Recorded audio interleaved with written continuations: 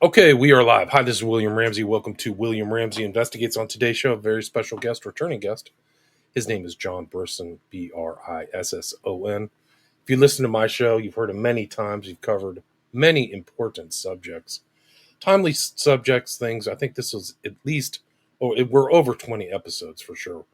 We've covered Alice Bailey, Ark of the Covenant, Chris Bledsoe. We've covered Brock Pierce most recently. We did a great show on the life and death of Mike Aquino. That was kind of a group show that involved George of Cab Death, among others. Finders, Alice Bailey. He's interviewed me about Global Death Cult, Sound of Freedom. Peter Thiel scries the Earth, and then one the title that I like of mine is Amalek in the Room with Us, which I think is very timely too. And we're just talking in the pre-show about all this stuff, and he reached out to me. He's been doing some work. He's published a new book about fixing your mitochondria, which I have on my desktop. I have not read it yet, but expect a show about that book in the future.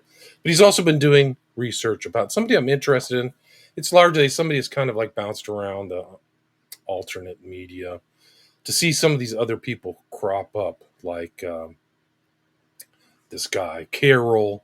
And I mentioned this other guy that was on Sean Ryan. Mm-hmm. Like Sean Ryan is like almost like the number one podcast in the world over Joe Rogan. I've seen him. He's like battling in the standings, but also some of these other characters, Lex Fridman. It's not Friedman. It's Fridman, and he's just an interesting character. I don't know like his whole background, but John's done a lot of research. We have a lot of videos. I'm going to try to get them tabbed so we can listen to the audio. I also have some downloaded, but it's back in the news because I've seen this video of Fridman talking to Trump about how Trump's going to release the Epstein files. And then this whole thing happened a couple days ago, which is a total joke. Like it's completely laughable that our government just said there's no there. And like, I've studied that in great detail. Like, I've had like conversations with other people who've studied it. It's like, this is one of the most important things in America is this blackmail ring and child trafficking ring. And it's just off the charts. But Fridman is also, he's an interesting guy. And the way he conducts his interviews, I don't know if he's objective, but John can talk more about that. So John, I don't think he is, William. I don't think he is.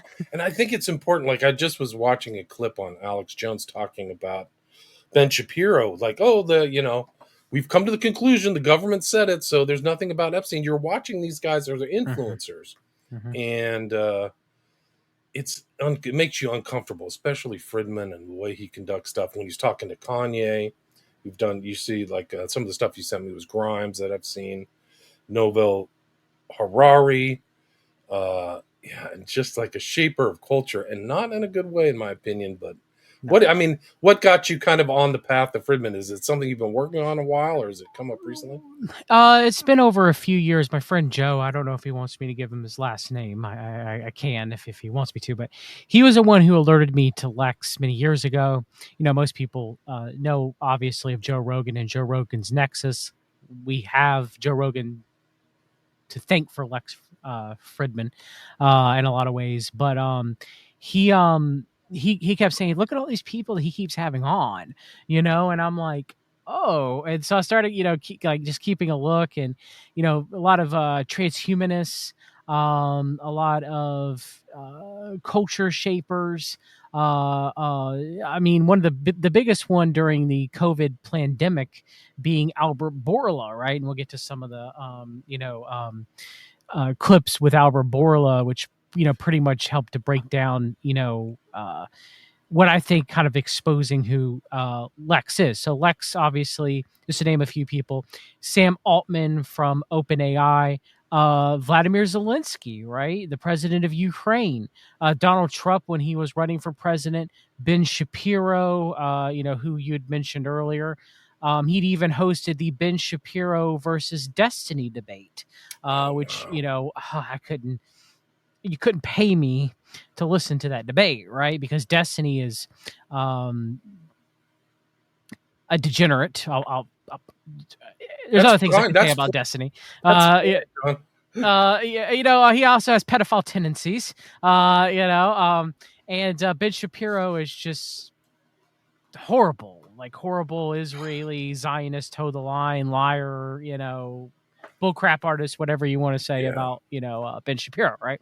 So you couldn't. But then you have Lex, who kind of fools people through this, kind of monotone Ukrainian, voice that he has, where he kind of like comes on like, I'm the peacemaker and I'm a peaceful guy and I'm just, presenting forth these ideas, right? And he's doing it kind of like, let's explore it by talking with these people and peace and love and let's be peaceful. However, he has a very itchy trigger finger for blocking people on X if he's trying to be so understanding and loving, right? That people have called him out over the years, that it's fake, it's a facade. You even though I'm not a fan of the Zionist Gad Sad, even Gad Sad could figure out that Lex Fridman's a fraud, right? Because he's a fraud. Like he tries to put on this persona that, like I said, he's Mr. Peace and harmony and just interviewing these people and trying to get their ideas and their takes about everything. But in reality, it's anything but. He's been set up. He comes, if you can believe, again, there were other people from MIT throwing kind of discounting Lex Fridman's previous work as far as computer science and him being a research scientist supposedly at MIT, but yet putting out all these podcasts. If you're a research scientist, how do you have the time to interview all these people and put all those podcasts and do all this work, right? And there were a lot of people already discussing that, which I would agree. It doesn't really make much sense to me, right? Like you wouldn't think that he'd have the time to do this. So he gets his break on Rogan. We know that Rogan, because Peter Thiel showed up on Rogan and he said, pretty much, Rogan, I need you to jump. And Rogan said, house high, right? And then that's when Rogan endorsed Trump. And because we know that, the last election through Cambridge Analytica 3.0 or whatever we're going to call it, psychological warfare that got Trump elected, that Peter Thiel was behind Trump in that regard, right? So, that nexus, that kind of technocratic nexus with Thiel being one of the heads of it, Peter Thiel from Palantir and PayPal fame, part of the PayPal mafia, right? That's why Lex Fridman, it looks like, was boosted. Now, I don't know why. Like we talked about Sean Ryan earlier. Sean Ryan, again, he was if you look back at his early podcasts, okay, he was just like interviewing army people, military people, and that makes sense because of his, former government agency involvement, right? But you could tell as soon as he interviewed the Blackwater group that was accused of Was war it Prince? atrocities, right? Prince? It wasn't Prince, but it was like the Blackwater people from Blackwater that were accused of war atrocities, right? That's all of a sudden he went to the moon. Sean Ryan went to the moon right after that. You can go back and look, and that's because I believe he was brought into the Prince Nexus, right? And CMP Prince Nexus, so that's why the rocket was strapped to him afterwards. So the question was Lex always in the gang? Because again, we don't know really how much of his biography is true. A lot of people on Reddit question his biography. Okay, but then again, as we're told, he's this, AI computer science specialist, working on deep learning and semi-autonomous vehicle algorithms, who met with Elon Musk, right? So that's what we're told, right? We're told that. But how much really truly is true, and how much really truly of that can be verified? And there's a lot of people on Reddit that cast that doubt on Lex, whether it's true or not, of his so-called previous bio and who he is and where he is today, and of his own persona of who he is. Is it even real, or is it just some sort of manufactured act? Which I believe, to be honest, William, it is. From what I've been able to tell, and looking into him and listening to him, it seems like that is the case. For example, he is very thin-skinned, very thin-skinned, and it's very difficult to tell what exactly is Lex Fridman's ethics. What does he hold dear? What does he believe to be true? What is his morality? how does he feel about societal ethics? And you can't really tell. You could tell at least the persona that he has, that he believes that transhumanism is important. He believes that longevity science is important. He has an affinity for the martial arts, supposedly, allegedly, right? So those are a few things that you could tell. I do believe that he does have he does like chess. There's certain things that I do believe that are probably likely true of Lex Fridman, just like I believe that Joe Rogan really does love MMA, you know. But that being said, though, however, just going through a few more people that he's had on, interviewing Tucker Carlson, Jordan Peterson, Elon Musk 4 times, like even from his very start, he interviewed Eric Schmidt from Google as the 8th person he interviewed. How? Okay. So like at that start, yeah, exactly. How? So again, like Steven Pinker, his second interview, Eric Weinstein, the managing director of Theo Capital, his 16th interview, where Eric Weinstein and Lex Fridman show, as we'll play it, downplays his involvement and Peter Thiel's involvement with Epstein, right? Because that's his job. All right. So again, very early on within his 20th episode, 18, Elon Musk. 18, Elon Musk. And we're supposed to think that this is some sort of meteoric rise of Lex Fridman where he's just this lucky, right? I don't buy it, William. I just don't. I don't buy it. I'm sorry, I The just don't buy it. personality of a cardboard box, man. He's like a houseplant. That's why I have this title. Like, how does somebody like this? And his background's really questionable. I've heard of people going into his his background at MIT. He worked at MIT, but it makes it sound like he went there. My understanding is that he was not educated at MIT, but it's kind of like a CV washing or augmenting your your resume or something like that. Yes, falsely building it up to make yourself sound better than you actually are, which a lot of people on Reddit, that's what they ponder. That's what they think about. A lot of people don't like them, both the right or the left. They don't like them. You'll see a lot of the Reddit posts be leftist. But you'll see some of them being people on the right too that just don't like Lex Fridman and whom he's interviewed in the past. And so Noam Chomsky, just to go through the list, see if people that he has interviewed. The early ones are incredible. Like, that's a great start out of the chute, like off the charts. Elon Musk has like 200 million followers on X or something crazy. Like, imagine just getting reposted just by that. Yeah. Like, you'd be made. We have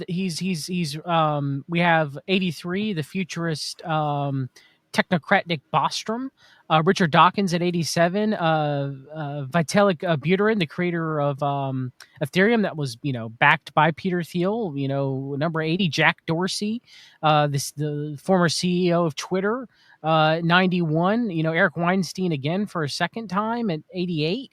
Ben Goertzel, who, Sophia robot, was funded through Jeffrey Epstein by grant by Jeffrey Epstein, right? That he was proud of. Ben Goertzel was still proud of, even after Jeffrey Epstein's arrest and being put in prison. He was still, proud of that grant. Lex Fridman's interviewed. We're going to play some of the clips today. I could go on and on, but he's interviewed very major people, not all of them technocrats. So like, again, how does he, like you said, a guy who has no personality, when you listen to him, he is one of the most boring people to ever listen to a podcast. I don't like Joe Rogan, but I can at least say Joe Rogan's entertaining. Okay. I don't like Alex Jones anymore, but Alex Jones is entertaining to listen to. Okay. These people have personalities. All right. Lex doesn't. His personality is akin to watching paint dry. Yeah, no, it's incredible. We did that other show. We talked about Thiel and his like nursery where he would, angel invest and all this. Maybe these guys are angel investing in public figures to get their points across, but it's not secret. So there's, under the table sub rosa benefits like these interviews. Like, okay, you come on board, you do what I do, and I'll be on your show. So, I think that's him. I think that this is what Fridman is. And, it's weird. Like, I think he was at MIT. All of a sudden, he shows up at the new the new cultural epicenter of Austin, right? Like Yeah. that to me is like, okay, that's what he's doing. This is not some kind of like self-created person. And I think Rogan, if you look at some of his guest kind of hosts, I think that he's on board with these guys. He's on board Oh with yes. Thiel and Musk Oh yes. and putting people on his show that they request or that are in their orbit, so to speak. How many times has Rogan had Rick Doblin? I call him Rick Goblin from Maps Institute, right? Like how many times? I mean, we're gonna play a clip of Lex having Rick Goblin on, pushing psychedelics and psychedelic research in the Maps Institute, having the work done by the late Matthew North, right? Initially, he was the one that did the research in Maps and Rogan, and I've continued it on.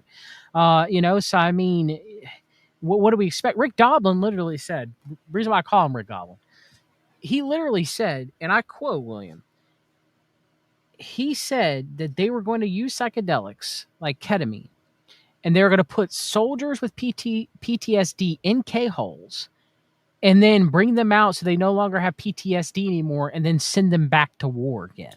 Okay. Just Which is incredible. a modern, pharmacological push forward of the MK Ultra project, right? Where again, they're, Peter Thiel's funding majority of the ketamine clinics in the United States of America. Okay. I covered that in my, MAPS 2 follow-up. Okay. And the continuing Matthew North's work. And what they're doing is they're putting people in these clinics, and there's one here in Fayetteville, North Carolina, for Fort Bragg soldiers, right?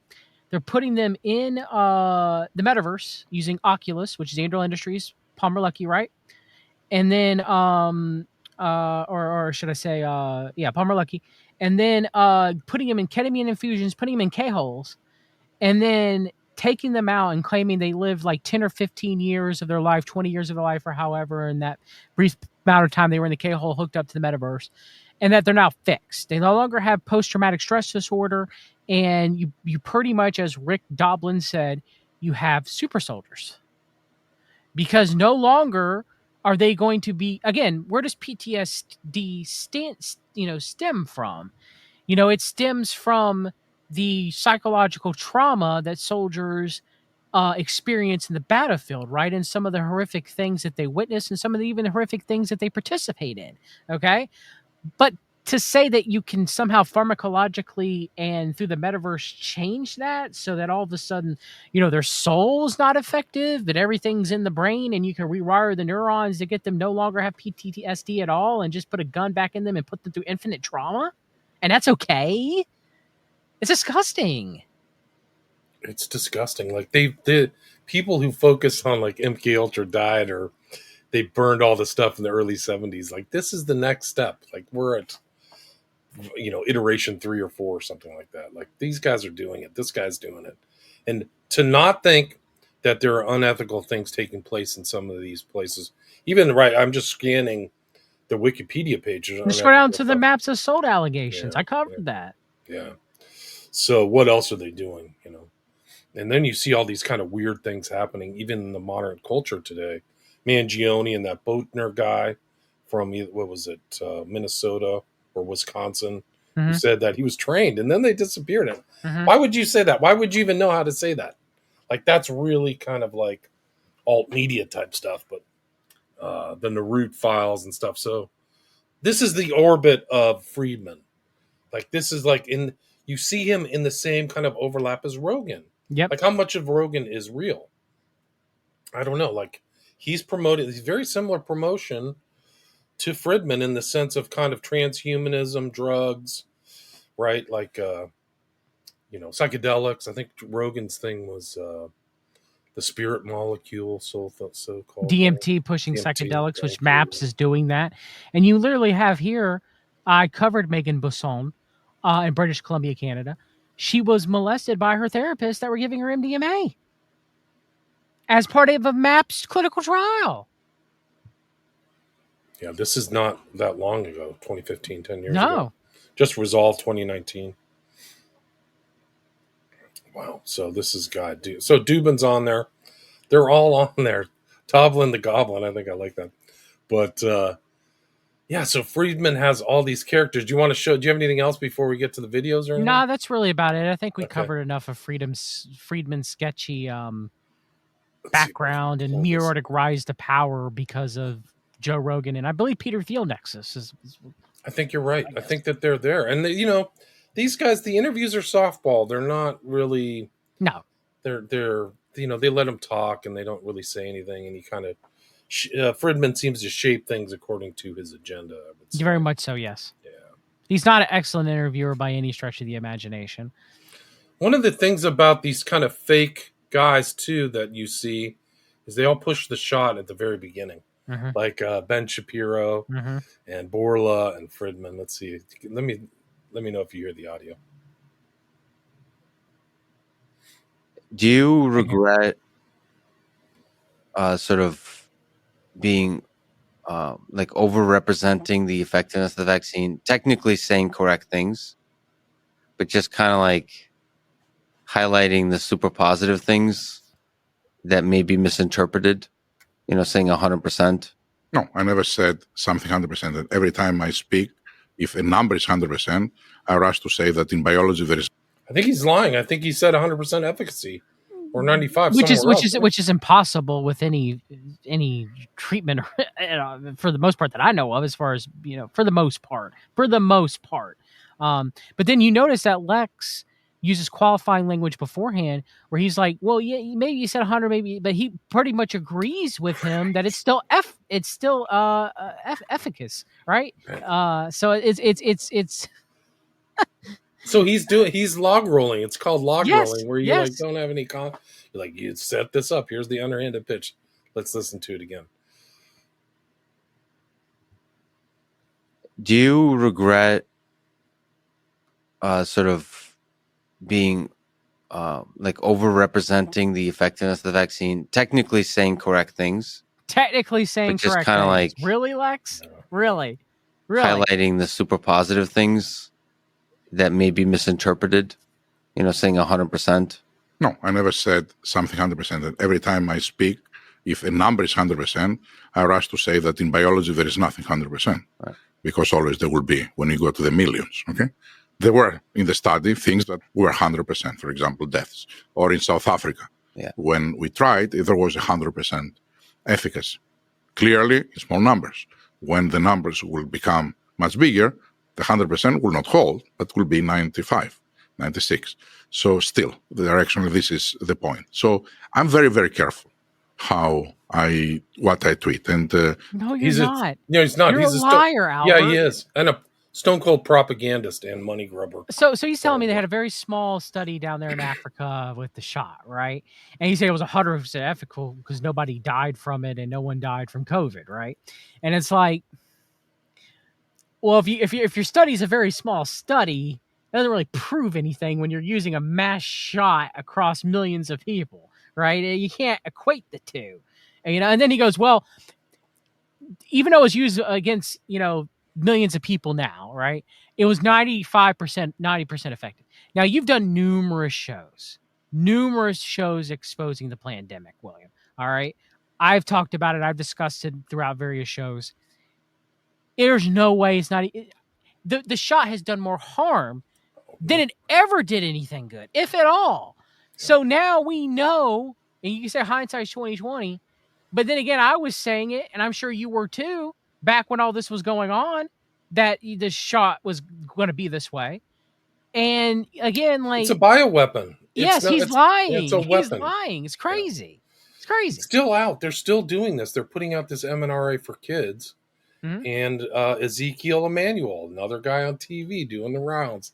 Like, this is part of. He was actually. There's actually a flyer of him at Comet Pizza, of all places. Have you seen that? No. Yeah, he's at there with Kamala Harris's sister Maya before it all broke. So this is your reputable, you know, epidemiologist or whatever. He's also part of like the Irgun. Like, his dad is like a total Zionist. So you can see some of these guys are pushing this murder shot, like Fridman and Shapiro and Ezekiel. There's But William, though, I thought that R.F. Kennedy Jr., who's blackmailed Epstein to the hilt, who is pro-Zionist and really good friends with Rabbi Shmuley Boteach, just like his father RFK, was receiving correspondence and was good friends with Rabbi Minchaim Schneerson of Chabad fame, right? So RFK Jr., of course, it's very interestingly enough, the FDA just approved Moderna's COVID shot fully for kids, right? So Sure did. And Blondie Bondi just dropped her investigation into Pfizer. Orla's thing. I mean, these are crimes. This guy's a stone cold criminal. I've Agreed. done tons of shows, just like you mentioned. I did 49 episodes on Bioweapon Blues because it took out tons of people. And that ties into Thiel again because there was a report that came out that Palantir was behind some of the shot rollout, which gets very sinister. Operation Tiberius Kirk, I've talked about it many times on my channel. We've talked about it as well, too. And they're using it in Gaza, like selecting targeting. So if you think that you're not going to be end up like a Gazan, you're naive, baby, because they're learning, and the AI curve is steep, and they're figuring out. They just did a show. I mean, Thiel, people who don't know, Thiel was at Bilderberg. Mm-hmm. At the end of their agenda was depopulation. They let it out. They're doing it, guys. So this is the age of annihilation. They're getting started. So I would be very concerned about all this stuff and all these liars who are taking you to the kind of shot gulag or the shot abattoir or the shot concentration camp. Be careful out there, people. It's cumulative too. That's the way they designed it. Very much so, yes. Yeah, so it's very dark. It's just total. I mean, this guy's part of it. Fridman's part of the cartel, as far as I'm concerned. Agree. Anyway, it's bad. Can I tell you my blonde joke?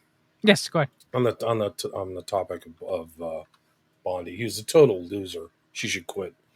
A blind guy walks into a bar and he says to the bartender, "Hey, do you want to hear my blonde joke?" And the bartender says, "Hold on, before you tell this, I was in the military. I was the first blonde woman in the Green Berets, and I've done 2 tours of Iraq. And down there at the end of the bar, there's a blonde police officer woman, and she has had 3 confirmed kills on the job. And then sitting next to her is a blonde firewoman, and she has been on the job 20 years and saved people from burning buildings. And then there's also at the end of the bar a airline pilot who's blonde, who's logged like 40,000 hours in the sky." And the bartender says, "So do you really want to tell that blonde joke?" And the blind guy says, "Hell no, I don't want to have to explain it 4 times." Anyway, that's pretty good. It's pretty good. What's the next clip? Should we go to the next one? Yeah. Whatever you want to. But I mean, that shows that Lex Fridman was pushing the V and giving an excuse and out to Pfizer CEO Albert Bourla. I mean, right there. I mean, he's log rolling for him, right? That's really what it is. So stop. Let's go back. Share. There's Jordan Peterson. I don't know if you know who that is. He's a psychologist and intellectual, and yes. He suggested to me that I raise the concern that there's a close working relationship between Pfizer, FDA, and CDC. So we talked about FDA. Do you worry that this affects both positive and negative Pfizer's chances of getting drugs approved? The fact that there's people, that worked at the FDA that now work at Pfizer, FDA, that there's a kind of pipeline. Does this worry you that it affects your ability to do great, unbiased work?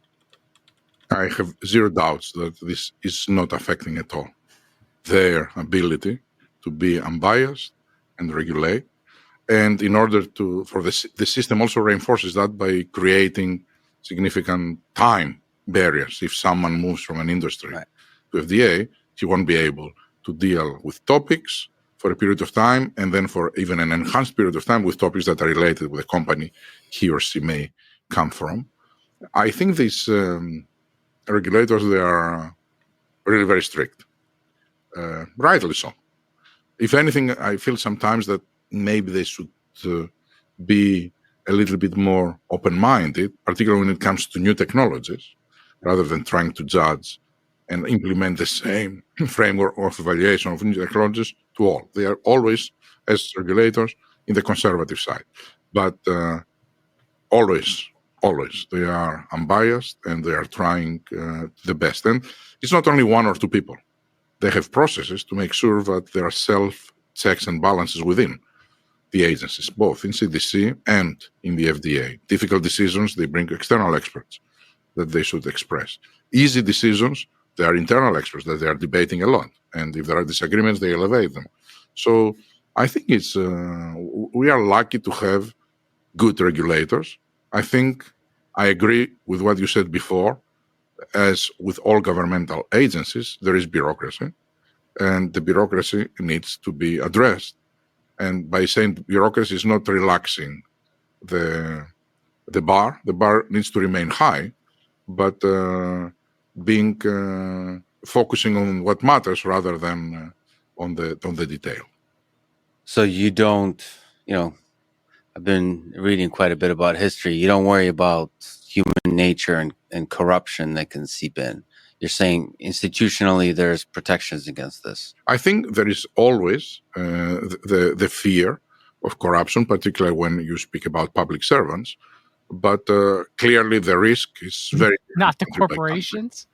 And speaking about agencies by agencies, I think the regulatory agencies have a very good track record and history of the US, of Europe, of England. No, they don't. Of very, very good track record of integrity. It's something I think about. That he can even say integrity and then Lex doesn't even respond to that. Like, that's a joke. So I grew up in the Soviet Union, and I need to perhaps introspect this a little bit. But when I was growing up... If he grew up in the Soviet Union technically ended in 93, is that correct? Or early 90s? Yeah, and this is 3 years ago. Yeah, 1994 was when he moved to U.S. at the age of 11. Okay, that makes sense. So he's 40? He's 40 years old, I guess? Roughly, yeah. Okay, I guess that makes sense. Ethically, there was a sense that bribery is the only way you can get stuff done. That was the system of the time. Like, you get pulled over by a police officer. Like, obviously, you need to bribe them. I mean, it was like the way of life. And then so coming to this country, it was beautiful to see that the rule of law has so much power.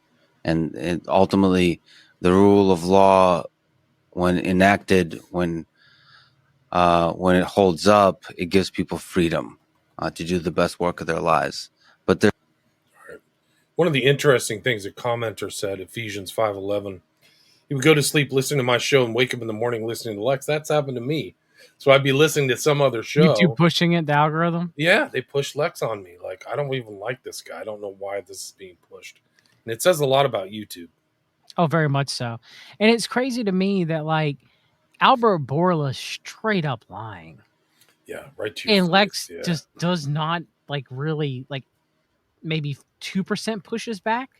But nothing as hard as you and I would push back if we were interviewing Albert Bourla. Like, it would ever happen.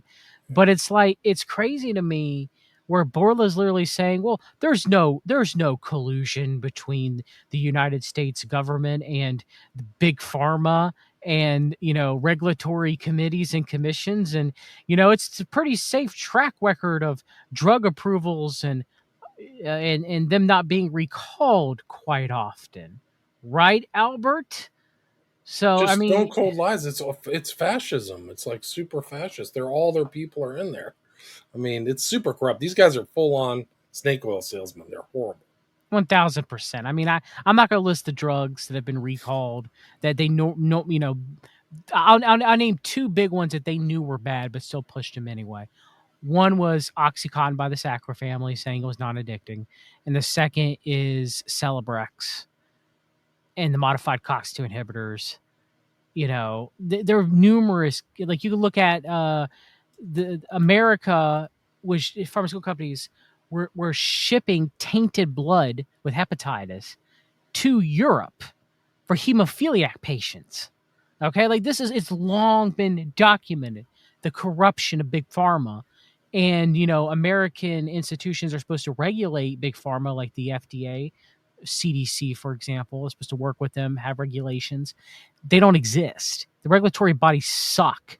Okay. And big academia ain't helping things either. All right. And so for Albert to be like, well, there's checks and balances within the institutions. And look, I'm not saying you destroy all the institutions and rebuild, because their answer for rebuilding it is artificial intelligence. Okay. But you're going to have to gut them out if they're, but I mean, I never think this will happen, but if you were going to do it, you'd have to gut them out. But they're going to say, look how bad the institutions are. The institutions have completely failed, William. We need government AI. Right. And these people already, people at Lex's interview is pushing them, like Elon Musk, for example. So terrifying. I mean, the thing is that there people are in there. People from Pfizer are in there. There was one when I was looking at the whole shot rollout where they were approving a shot, and they said, we haven't done any testing. We're just going to put it out in the public and see how it goes. Like, there was no placebo testing. And there's not a lot of placebo testing for the 72 shot regimen they're giving the average person. It's stone cold. It's not eugenics. It's depopulation. The average person cannot believe it, that every person who has autism and all those people with neurological problems, it was done intentionally, guys. I'm sorry to tell you. And it could be also a way of experimentalism as well, too, right? Where they're running all these experiments, and, they do need to keep some of us alive as guinea pigs, obviously, right? But, if they do depopulate some of us, then, oh, well. And I do believe when it came to the shots, when it came to the jabs during COVID-19 and all the data being analyzed, by Palantir through Operation Tiberius Kurt, I'm pretty sure there were people that were given saline shots. Yeah, no question. Well, imagine the power. Like, it's like a James Bond novel. You know where the lots are going. You know the hot shots. You know the hot lots. You can target whoever you want. Then you kill off certain parts of the population. You own the media. And then you can bring in tons of people and fill those spaces if you want. Or the same with biological agents like Regeneron that killed my uncle during the pandemic. That was pushed on conservatives as a treatment with COVID, but it's chimeric antibodies. It comes, from them taking mice, taking their thymuses and their spleens and injected aborted fetal tissue cells into those mouse organs to make them humanized, then infecting them with SARS-CoV-2 virus, then extracting the antibodies and purifying them out, which is a monstrosity and abomination against God, and then putting those antibodies in you in the form of Regeneron's COVID drug. And the thing is with Regeneron, I couldn't sue because of the Advanced Use Authorization Act, right? And Regeneron now bought 23andMe genetical data. Well, why? And on top of that, Robert Malone, who everybody thinks is going to come in a white horse, and because he's on RFK Jr.'s vaccine committee, guess what Robert Malone's pushing, William? Regeneron. Biological medications and agents. Wow. When did your uncle die? That would be 2021. Oh, I'm sorry to hear that. A lot of people died in these trials. A lot of people died in the hospitals. This is Ezekiel Emanuel overseeing a lot of this stuff. Yeah, he was given Regeneron inappropriately. He was recovering, and they were like, "Okay, your wife is dying." My aunt also passed away, had advanced stage liver failure, and they said you can take Regeneron, you'll be able to recover quicker. And I was dealing with COVID during that time as well too, but I was in the hospital, so there wasn't really much communication I was able to have with my uncle until the hospital called me up. After I hadn't heard from him, that I went to bed that night. He took Regeneron. I told him not to, but he didn't listen to me. The next morning, I got a hospital call from the hospital. I was going to, call my uncle, see how he was doing, but he seemed to be doing better. He's on the mend. It seemed like he's getting out. He was off of breathing treatments. He was off of oxygen. I was like, I guess he's going to be okay, right? And then I got a call from the hospital that morning that I needed to come up there, that he was, put on a ventilator again, and his white blood cell count had gone to 0, which is what the drug did because it was inappropriately given to him. But it doesn't matter, so. Once you go on that ventilator, that's it, man. Like, you're not coming off. These were all death protocols. You could call them perverse incentives, but I think it was all intentional. It's not. The incentives were there to kind of kill and make as many people as miserable as possible. just out of spite, like crazy. And to experiment to see how they can put, because they're trying to find longevity, the answer to longevity, right? Which they're not going to be able to find, right? Like it's biblically, it's not going to happen. But that's why I think they're doing this mRNA, viral vector DNA, using the shots and stuff like that, is because they're desperately trying to find a way. And that's why Palantir is getting all this data, and anybody who took the jab through Operation Tiberius Kirk. I mean, the data from the manufacturing of the jabs, the distribution of the jabs, to you getting a shot in your past, present, and future medical history for 10 years is being analyzed right now by Palantir Apollo through Palantir Foundry and Warp Speed. All right. So, I mean, there has to be a reason they're taking all that data. And get this, one last thing. I want to continue this. They were testing the water supplies, William. They were testing the water supplies of municipalities. Okay, I have someone very close to me who works for a municipality who knew that the CDC was coming by and testing the water supply. And they're testing the water supply with a grant through Palantir for the data to go back to them for COVID spike protein from the vaccines and wild type 2 polio, which is the polio that is caused by vaccinations. So they're testing the water supply because of like what people are shedding, or is yes, what people are shedding. Yes, right. They're monitoring exactly what's going. I mean, that has to be for experimentalism, for depopulation to a degree. Yes, I think that's kind of like the offshoot of it. But whatever they were doing, they were running an experiment. Now, what is specifically that experiment for? Yeah, I'm speculating it's for longevity or whatever. I have no idea what it was for, but it was an experiment because they were gaining this massive amount of data. Yeah. It was a massive experiment. Billions of people, billions of doses. How do you come up with those doses so fast without prior planning? That's like correct, yeah. Like we can't even fulfill orders for weapons in Ukraine, but there was enough doses to dose everybody twice, at least in the US. And why was Jared Kushner getting the OPSEC through the military and for Big Pharma? If you go back and look at the Operation Warp Speed hierarchy chart, he's getting all the OPSEC information from all the military. Why was Kushner so strongly? It was a military rollout. Yeah, it doesn't. I know it was. It's crazy. I mean, and we're not going to get to the bottom of it because of Mr. Golden Age or whatever, Mr. Superman. Mm-hmm. The Orange Goblin. I mean, this is incredible days, man. Off the chart. Like the resolution is not going to come to the people. Like how can any Christian look at the White House posting of Trump being Superman as him being the savior, right? And just go, okay, there's something wrong here. Yeah. I mean, Kal-El meant the image of God, and it was Jews that created Superman. It was based off of Jewish Talmudic Übermensch, theosophical Übermensch of German philosophy. So it was like their version of it. It's crazy, William. Crazy. It's just absolutely insane that he doesn't pull it back. Like the golden idols and all this stuff is like, is he really that vain that he insecure that he allows somebody to do that to his image? Like you got to wonder. Like, how is he going crazy? Like, people are really, like, in the media that I listen to, they're really questioning his sanity. And I think it's an important question. Like, is this the same guy from 2016? Like, wow.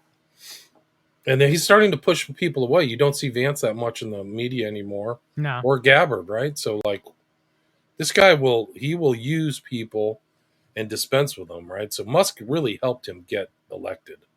And these very guys much, now he's gone. Very much so. And then you have... which I think Musk will eventually return, but you have Trump literally saying Hegseth is the Secretary of War for the second time again today, right? So if Trump is the Antichrist, I believe he may be, out of peace he shall destroy many, right? So we're using kind of Orwellian double speak and double think where Trump keeps declaring peace, but all these wars and these raging wars are going on, right? So he's, Netanyahu puts him up for the Nobel Peace Prize. He keeps saying, I'm doing all these peace treaties, but yet he's also keep bringing war, right? So if that's what that verse means, if he is the Antichrist, out of peace he shall destroy many, then that would fit that. So now it's no longer the Secretary of Defense. It's no longer the Department of Defense. It's now the Department of War, but he's saying I'm bringing peace and safety through the Department of War. Right. Right. He's bringing safety about Iran after he and Netanyahu worked to try to decapitate the entire leadership. I know.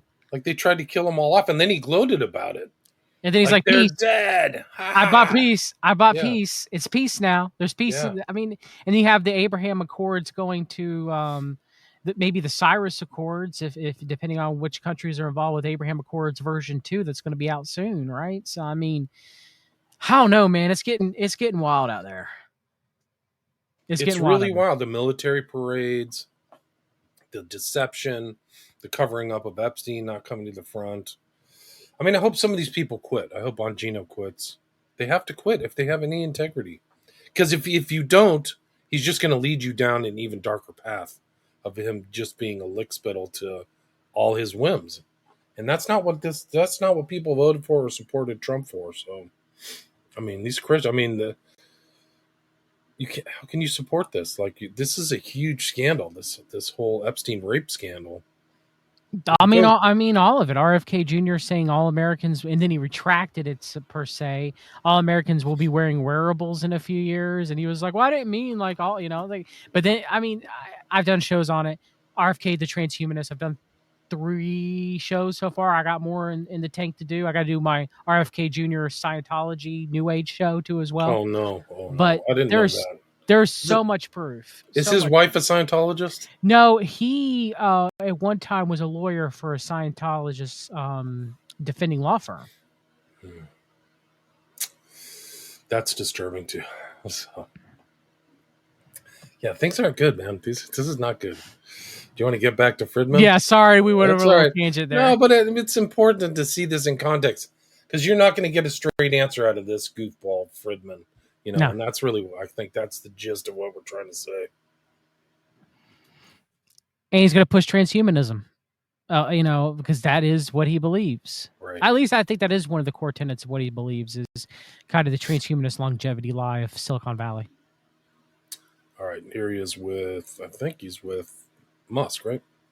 I don't think in this one. Would you have a Neuralink chip implanted in your brain? Yeah. No, I think use case right now is use a mouse, right? I can already do that. And so there's no value proposition. On safety grounds alone, sure, I would do it tomorrow. You say the use case of the mouse. Because after researching all this, and part of it is just watching Nolan have so much fun. If you can get that bits per second really high with the mouse, being able to interact, because if you think about the way on the smartphone, the way you swipe, that was transformational. Yeah, how we interact with the thing. It's subtle, you don't realize it, but to be able to touch a phone and to scroll with your finger, that changed everything. People were sure you need a keyboard to type, and you don't have there's a lot of HCI aspects for this to one. Okay. I just wanted to show that Lex was promoting the Neuralink, obviously, going so far to say that he would be hoping to get one himself. Oh, interesting. Right. So if he can get it, then it's okay for you to get it, right? Exactly. Yeah. Because why he's not? going Right? to do it. Yeah. Why not? Right. Lex is our hero. He's going to do it. Here's the one. First, let's step back and big congrats on getting Neuralink into a human. Yeah, that's a win. A historic step for Neuralink. And thanks. Interesting owl shirt there, Elon. Yeah, we just obviously have a second implant as well. How did that go? So far, so good. There looks like we've got, I think, on the order of 400 electrodes that are providing signals. So nice. Yeah. How quickly do you think the number of human participants will scale? It depends somewhat on the regulatory approval, the rate at which we get regulatory approvals. So we're hoping to do 10 by the end of this year, total of 10. So 8 more. And with each one, you're going to be learning a lot of lessons about the neurobiology of the brain, the everything, the whole chain of the Neuralink, the decoding, the signal processing, all that kind of stuff. Yeah. I think it's obviously going to get better with each one. I don't want to jinx it, but it seems to have gone extremely well with the second implant. So there's a lot of signal, a lot of electrodes. It's working very well. What improvements do you think we'll see in Neuralink in the coming? Do you know when this interview was conducted? Was it 11 months ago or was it before that? I don't think. Let me go back and look real quick. Keep playing and I'll look. Curious. Okay. Let's get crazy in the coming years. I mean, in years, it's going to be gigantic because we'll increase the number of electrodes dramatically. We'll improve the signal processing. Yes, it was 11 months ago. We even with only roughly 10-15% of the electrodes working with Nolan, with our first patient, we were able to get to achieve a bits per second. That's twice the world record. So I think we'll start like vastly exceeding the world record by orders of magnitude in the years to come. So start getting to 100 bits per second, 1,000. Maybe if it's like 5 years from now, we might be at a megabit. All right, that's enough for that. Like faster than you got it. That one I just want to show. Obviously, he's having a discussion with Elon Musk. Elon Musk is talking about how much Neuralink has improved. I think it's improved probably far more than that. He's just not really telling. And this is a guy who a lot of people look towards as some sort of hero when Elon Musk wants to put a chip in your brain. Right. Like, talk about lack of sovereignty. Holy smokes. Who's like still he's still for mRNA. Elon Musk still fine with it. Been pushing the jabs for many years. Still fine with mRNA technology. And I mean, it is what it is, right? It's amazing. These are amazing days with these guys. This is his baby mama. I think he's had 3 children with her, but I did a show with the PsyOp Cinema guys, and her connections to the what is it? Bring Me the Horizon and stuff like that. Mm-hmm. She's kind of like a techno occultist or something like that. Yes, very much so. Yeah. What do you think is the coolest invention humans come up with? Previous technologies, may have even been more profound and moved us to a certain degree, but I think the computers are what make us Homo techno. Yeah. It's a brain augmentation. So it allows for actual evolution. Like the computers accelerate the degree to which all the other technologies can also be accelerated. You classify yourself as a Homo sapien or a Homo techno? Definitely Homo techno. So I think we're early, you're one of the early of the species. I think most of us are. As I said, I think if you looked at brain scans of us versus humans 100 years ago, it would look very different. I think we are physiologically different. Just even the interaction with the devices has changed our brain. A lot of studies are coming out to show that there's a degree of inherited memory. So some of these physiological changes, in theory, we should be passing them on. So that's not like an instance of physiological change that's going to fizzle out. In theory, that should progress to our offspring. What do you think is the coolest invention humans come up with? It's just incredible. Like this is like the dark kind of Imperium 09A type stuff that's bled over to dark MAGA. Mm-hmm. Like this whole view of a new man.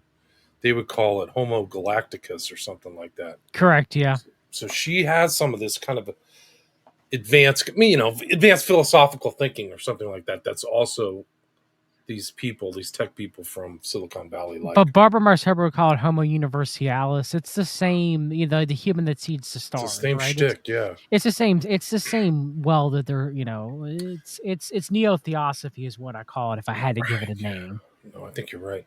When Marx talked, when she said Neo Universalis or Homo Universalis, did she have like a term for the people who weren't headed that way, who weren't evolving?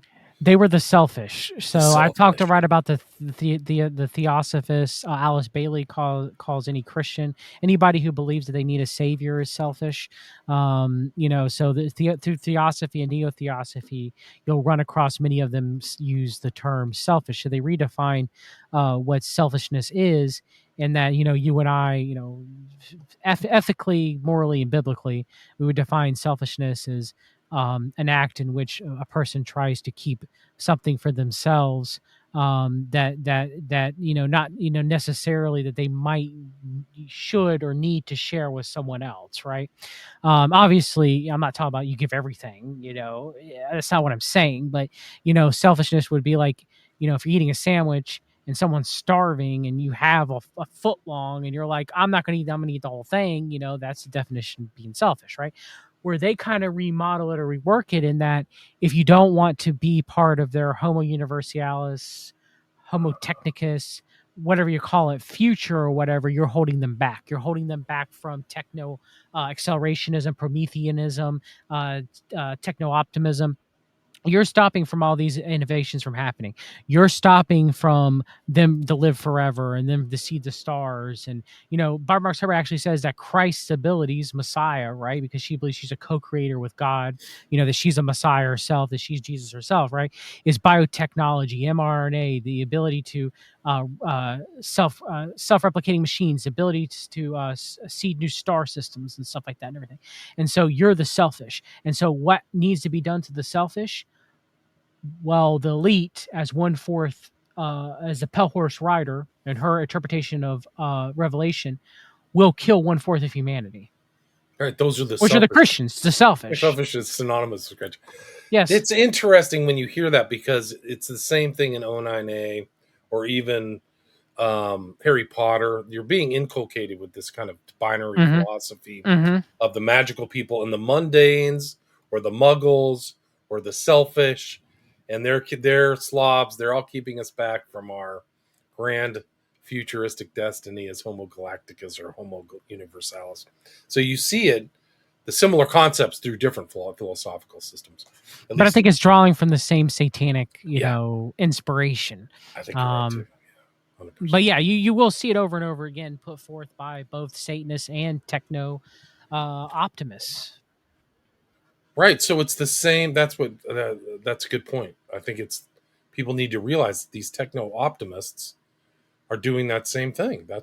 They're doing the same thing as the Luciferians, I guess. Yes, they're not building God's kingdom because we're not supposed to. Jesus Christ treads the right place alone.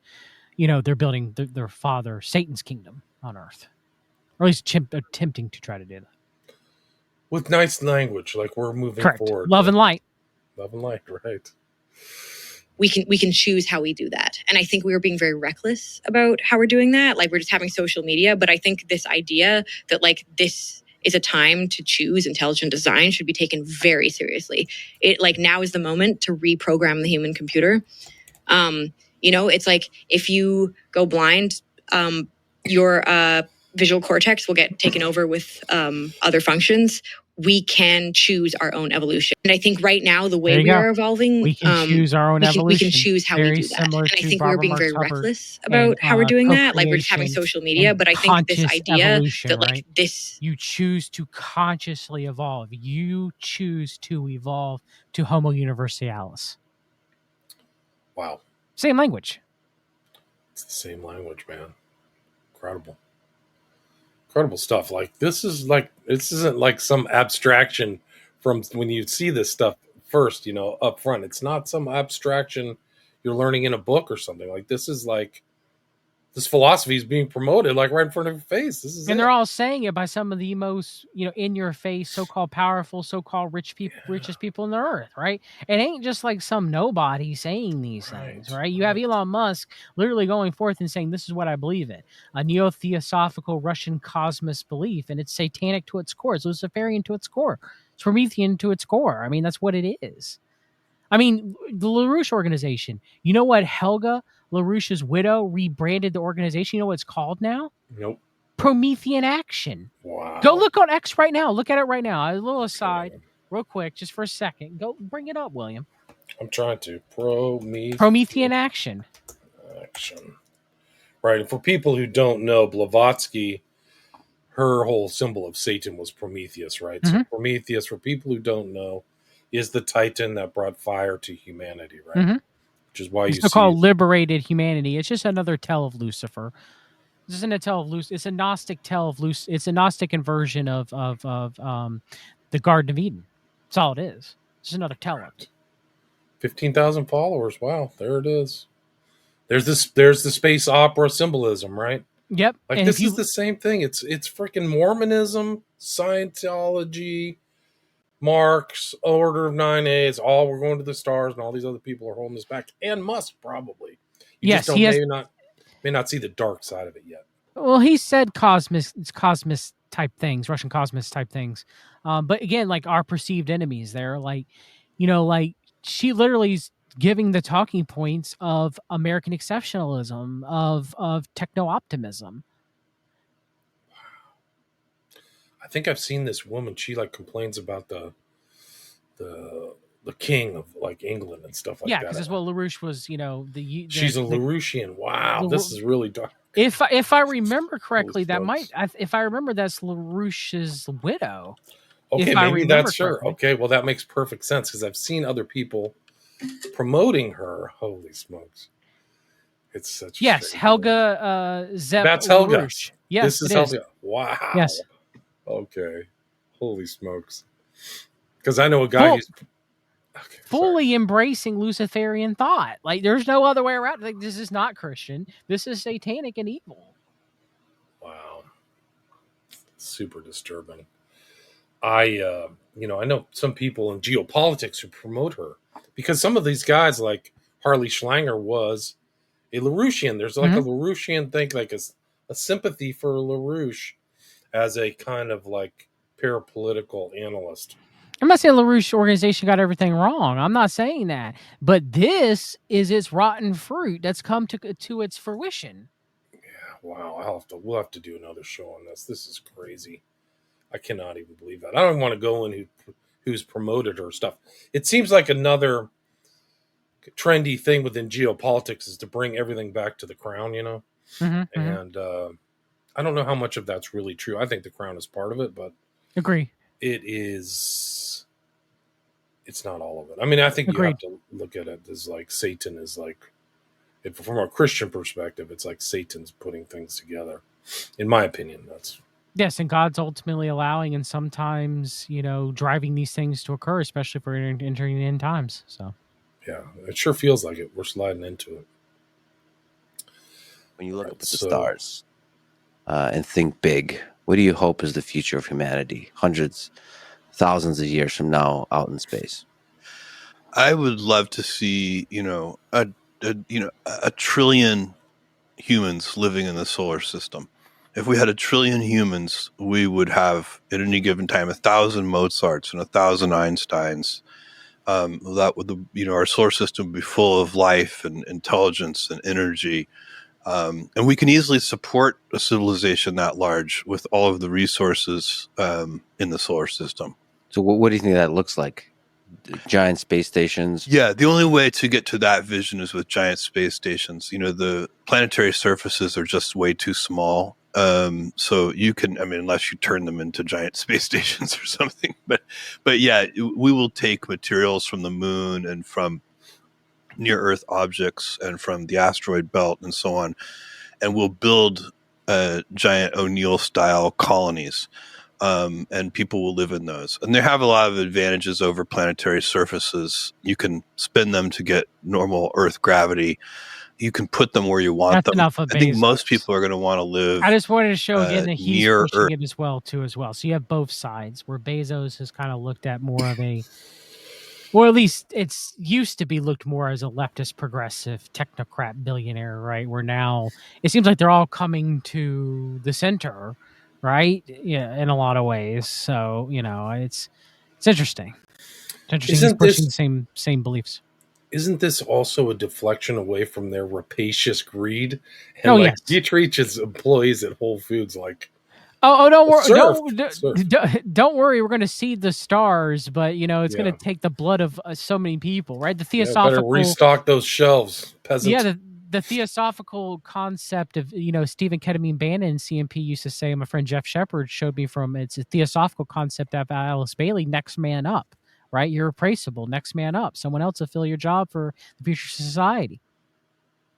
Wow. Yeah, that's what these guys are kind of like. I'm not saying this is a pipe dream, but there's something about this where it's like this future utopianism that they're selling, like communist utopianism. I'm not saying they're communist, but it's like this. Well, Star Trek, Gene Roddenberry, right? Yeah, there you World go. Future Society. I mean, that's communism, right? And it just never works out that way. Communism was just deadly as hell. 100 million people just shooting. I mean, that's the whole thing is like, if you have these people holding us back like communism had, you had the reactionary forces, right? And we got to get rid of them. They just slaughtered. I mean, I could do a show on. You talk about democide. The communists really were capable of democide, much like the Nazis. Yeah, wild. Let's see. But just like his show, like he gets these guys on his show. It's like, oh, it's just Jeff Bezos today. It's just okay. Tomorrow I got Elon Musk. The next day I have Albert Bourla. It's all good. Yeah, it's no big deal. These are just huge world controllers. All right, let's hear this Dubin guy. Let's take a step into the world of studies. Timothy Leary. Who was he, and what were the most important ideas you've learned from him? I can answer that. He was a CIA agent. Loved Aleister Crowley. He was carrying on the work, actually. Who, RFK Jr., used to go take drugs at his house. I didn't know that in L.A. You can go. No, it was one of his houses, not in L.A., but he had one in New England as well, too. Interesting. There was like a documentary when I was studying Children of the Beast and stuff on Larry. There's a documentary about his last days, and he was in LA, and so a lot of the kind of cultural elite would come and hang out with him. And he had some kind of weird satanic like triptych, almost like an Orthodox church thing, but it had 666 in the background. Like it was really dark. Like it was super demonic. Like I was freaked out. It wasn't Christian. It was like a perversion of Christian. And yeah, he's not a nice guy. Leary is not a good person in my opinion. No, not at all. Not at all. I did have the opportunity to get to know him personally and to spend some time with him. Timothy Leary, well, let's start with Nixon saying, look at his shirt that he's wearing. Novum Collegium Floridas or whatever, Platidas, with some kind of weird. It's weird, right? Yeah. Like a weird kind of four-sided trip. Okay, this is weird. Okay, let's go back. He's the most dangerous man in America. That's a good place to start. Yes. Yeah. And why did Nixon say that? It's because of this tune in, turn on, tune in, drop out. Mm-hmm. Timothy Leary was just an incredible advocate for think for yourself, question authority. Those are things he said all the time. Think for yourself, question authority. He was a rebel. He was kicked out of West Point. He was a psychologist who listen to all this Timothy was Leary at Harvard for 3 years, from 60 to 63. Before he got to Harvard, he had an experience with mushrooms in Mexico. And that he said he learned more in that experience than he'd had in his entire academic career before then about how the human mind works. Mm-hmm. And so he came to Harvard wanting to do research into psychedelics. And he did some very important studies, both of which, one was called the Good Friday experiment, which was whether psychedelics in religiously inclined people taking psilocybin in a religious setting, whether it could produce a mystical experience. That took place at Marsh Chapel at Boston University. Because it's a little bit subjective, or you could say entirely subjective, what people describe happens to them, he wanted to do another study, which would be a more objective measure, and that was called the Concord Prison Experiment. And that was the thought: if you can give people psilocybin, mystical sense of connection type experiences while they're in prison, when they get out, they'll be more pro-social and they'll have reduced recidivism. Mm-hmm. So Tim did that. He also did naturalistic studies of giving loads of people psilocybin and sort of writing down what their experiences were, the range of experiences. Later on, in his time at Harvard, they started doing LSD, and LSD is more cerebral, longer lasting, not as reassuring in a way as psilocybin. Sometimes he used to say that how he's romanticizing. Never got into LSD; they'd still be at Harvard. Right. I mean, that's how Rick Doblin is. I hate to say this, I got to go in a few minutes, William. Okay. Could you play the clip of Jared Kushner real quick? Can we close with that one, please? Let's do it. Jared Kushner, Lex on Gaza. Yes. Okay, let's go back here. We should do a show on the MAPS Institute one day as well, too. Anytime. Joe Rogan pushed MAPS and Rick Doblin very strongly. Have had various people on through MAPS. This is just so crazy. Like, this is a propaganda so dark, man. When you really look at altogether, it's like West Bank and Gaza, you had 5 million people, and we put together a plan. I think it was about $27 billion. We got together a conference. I had the head of AT&T. We had Steve Schwartzman from Blackstone came. We had all the leading Arabic businessmen, the leading builders, leading developers. And the general consensus of that conference was that this is very doable. We think that for Gaza in particular, it would cost maybe $7 to $8 billion to rebuild the entire place. We felt the entire place. We can create over 1 million jobs there. The only thing that people said was holding it back wasn't Israel. What was holding it back was governance, and people wouldn't have confidence investing there with the rule that Hamas was perpetuating. So you need the right governance, and all of the different Arabic countries are willing to fund it. The international community is willing to fund it because they've just been throwing so much money at the Palestinians for years. That's never been outcomes based or conditions based. It's just been entitlement money. West Bank and Gaza, you had 5. So I'm thinking about it now, William. You have you have the UAE, Dubai, and Qatar pouring so much money in AI, working directly with Kushner and the technocrats and everything. Do they put forth the test run for AI governance in Gaza? Right. It's on the horizon. AI is involved in that place. But I like the way he shifts away the blame from Israel. It's not because of Israel. It's because of governance issues, guys. Come on. Oh, my God.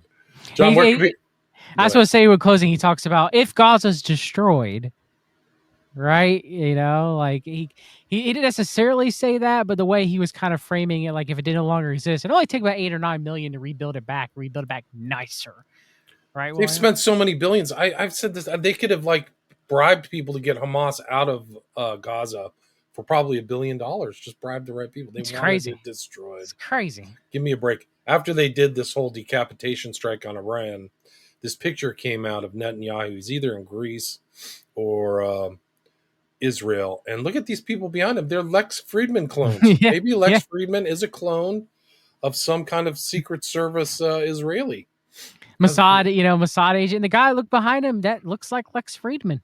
It looks like him. It looks like him, and we know Godsad has admitted to being a Mossad agent. So how many of these guys are for people who don't know, every person who's Jewish in the United States is literally 1 or 2 people removed from Israeli intelligence or Israeli military. So it's not like these people are different. They just don't tell you. They're all related to somebody who's in Israel. So that's just a basic fact. And people can send me something and prove me wrong. John, where can people find your stuff? We've read the documents. We've read the documents on Substack. We've read the documents on Odyssey and Patreon, on YouTube, Rumble. And Substack is where I'm posting most of my content. Thank you, William, for having me on. I'm also to plug yours as well too. I'm happy Patreon for years of William's Patreon. So definitely support William's work. Definitely support his Patreon or anybody's out there listening. So I will put links to all those in the show notes so people check that out. John's been very busy. He puts out a lot of great content. Check it out. We had over 250 listeners without any notifications. So thanks to everybody for listening. Yes. And if you like the content, please share the show. Share the show and promote John and myself. We don't have an advertising budget. We are truly independent journalists with family lives and trying to do stuff as much as possible. So anything you can do to share the show is much, much appreciated. So thanks so much. And thanks again, John. It's great to Thank you, William. Right. God bless everyone listening. God bless you too. God bless everybody.